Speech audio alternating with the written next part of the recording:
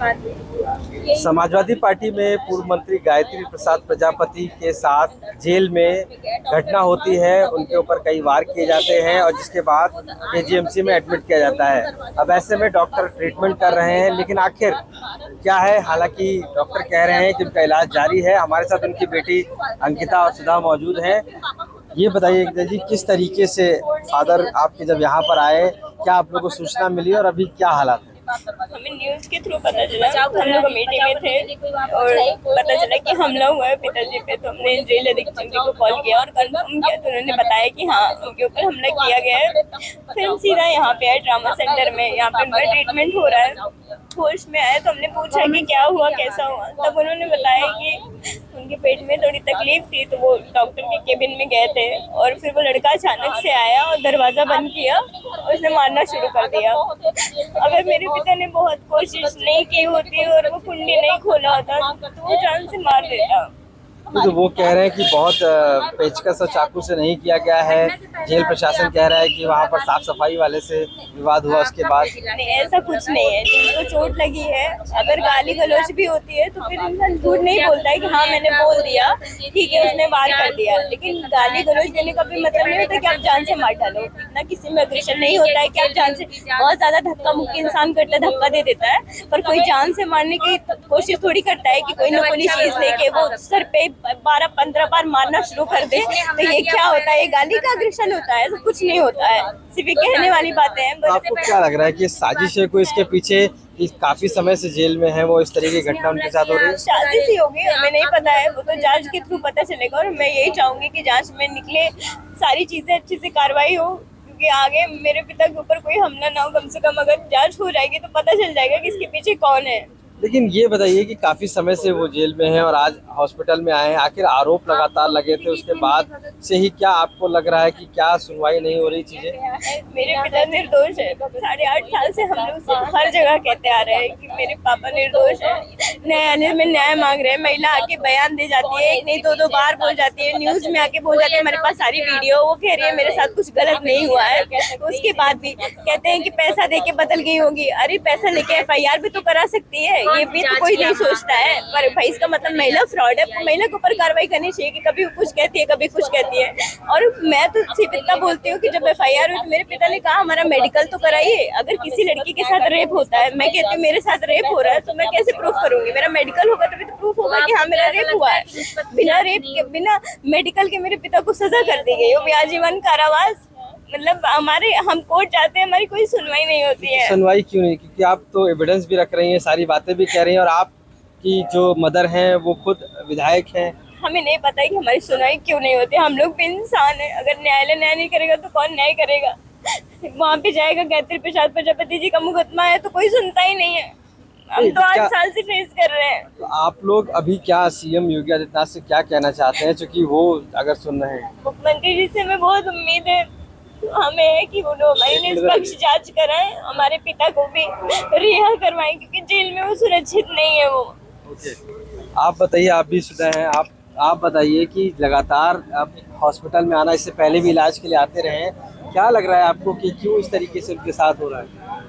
पता नहीं, ऐसा तो कुछ अंदाजा ही नहीं था। न पापा ने कभी हम लोगों को बताया कि ऐसा कुछ है, कि उनको कभी नहीं लगा ये अचानक से हुआ उनके साथ जो भी हुआ। और हम लोग को भी जानकारी न्यूज के थ्रू मिला और हम लोग को तो बताया भी नहीं, किसी ने प्रशासन की तरफ से नहीं इन्फॉर्म किया गया। जब हम लोग पूछे तब हम लोगों को पता चला कि हाँ ऐसा हुआ है। अभी काफी समय से आजम खान थे जेल में, 22 रिहा हुए, उसके बाद इरफान सोलंकी भी रिहा होते हैं। आपको लगता है कि गायत्री प्रसाद प्रजापति काफी समय से जेल में हैं और आजीवन कारावास एक तरीके से, क्या लग रहा है आपको? क्या साजिश हुई है या किस तरीके से वो अंदर हैं? कैसे निर्दोष हैं? आपको कैसे लगता है? मेरे पिता निर्दोष हैं। अगर आप बताइए, जो महिला के साथ रेप होता है वो उनके बेटे को बर्थडे विश करती है उसी दिन कि भैया आपको जन्मदिन मुबारक हो। ये तो कहीं नहीं हुआ है कि किसी के साथ गलत हो रहा है तो बर्थडे विश करेगी। और उसकी बेटी ने और उसकी महिला बयान भी दिए कि मेरे साथ कुछ भी नहीं हुआ है, मेरे पिता समान है। न्यायालय में बोली है, हर जगह बोली है। पहले आप उसके कहने पे आप FIR कर देते हो, जब वो सच में बोल रहे तब आप मान नहीं रहे, डिनाई कर रहे हो, तो हम लोग कहाँ जाएंगे? बताइए फिर कौन सी बात उसकी सच है? तो कोर्ट इसमें तो आपके क्वेश्चन होता है ना, न्यायालय पे भी तो सवाल उठता है। आप आग में पट्टी नहीं बांध सकते ना, जब महिला बोली तब FIR हो गया। अब महिला बोल रही थी, कह रहे पैसा दे के बयान चेंज हो गया, तो हम ये भी तो कह सकते पैसा दे के भी FIR हो सकता है, वो करवा सकती है। आपकी मदर विधायक हैं, आपने कई बार सरकार के सिस्टम से बातचीत की होगी, सरकार के लोगों से क्या जवाब है, क्या कह रहे हैं? नहीं, ऐसा कुछ भी नहीं है। वो बोले हैं कि जो भी होगा अगर सही है तो हम सबका साथ देंगे। अखिलेश यादव ने ट्वीट किया और कहा है कि निष्पक्ष जांच होनी चाहिए। आखिर किस तरीके से अंदर जेल में इस तरीके से हमला हो गया है, न्यायिक जांच हो पूरे मामले। हम राष्ट्रीय अध्यक्ष जी का सम्मान करते हैं। उन्होंने बोला हम लोग भी यही चाहते हैं कि हमारा न्यायिक जांच हो, निष्पक्ष जांच हो, इसकी साजिश का पता चले कौन है पीछे। आखिर जेल तक ये सामान कैसे गया, ये कांड कैसे हुआ, किसी को पता नहीं चला। जब कांड हो गया तब पता चल रहा है। और पापा बता रहे हैं जैसे उनके साथ हमला हुआ, मतलब वो जान से मारने के लिए था। हाँ, वो ऐसा ही था, क्योंकि वो दरवाजा खोलने नहीं दे रहा था। वो तीसरी रात में किसी तरह दरवाजा खोले, फिर चीखे जो वहाँ पे थे तो आए बचाए, नहीं तो वो तो फिर खत्म ही कर देता। फिर हम लोग कहाँ जाते बताइए। न्याय से भी इतनी उम्मीद है लेकिन न्याय नहीं मिल रहा है। आप लोगों को क्या बताया उन्होंने, किस चीज से हमला उनके ऊपर हुआ और अंदर चीजें कैसे पहुंची और क्या घटनाक्रम हुआ? पापा को तो पेट में दर्द था और वो गए दवा लेने डॉक्टर साहब से। डॉक्टर साहब बाहर गए, वो आया, दरवाजा बंद किया, अब पीछे सीधा मारने लगा। अब जो भी होगा, अचार कैंची होगा, रॉड होगा, चाकू होगा, कुछ तो होगा। इतना गहरा गहरा चोट लगा है, 18-20 टाके लगे हैं, तो गहराई होगी तभी लगी हुई है। और हाथ में लगा है, मुंह पे लगा है, इधर हाथ में लगा है, बहुत ज्यादा लगा है। ये तो साजिश आपको लग रहा है कि आखिर क्या जेल के अंदर ही कोई साजिश ऐसी कर रहा है जिसकी वजह से उनको कहीं ना कहीं दिक्कत हो?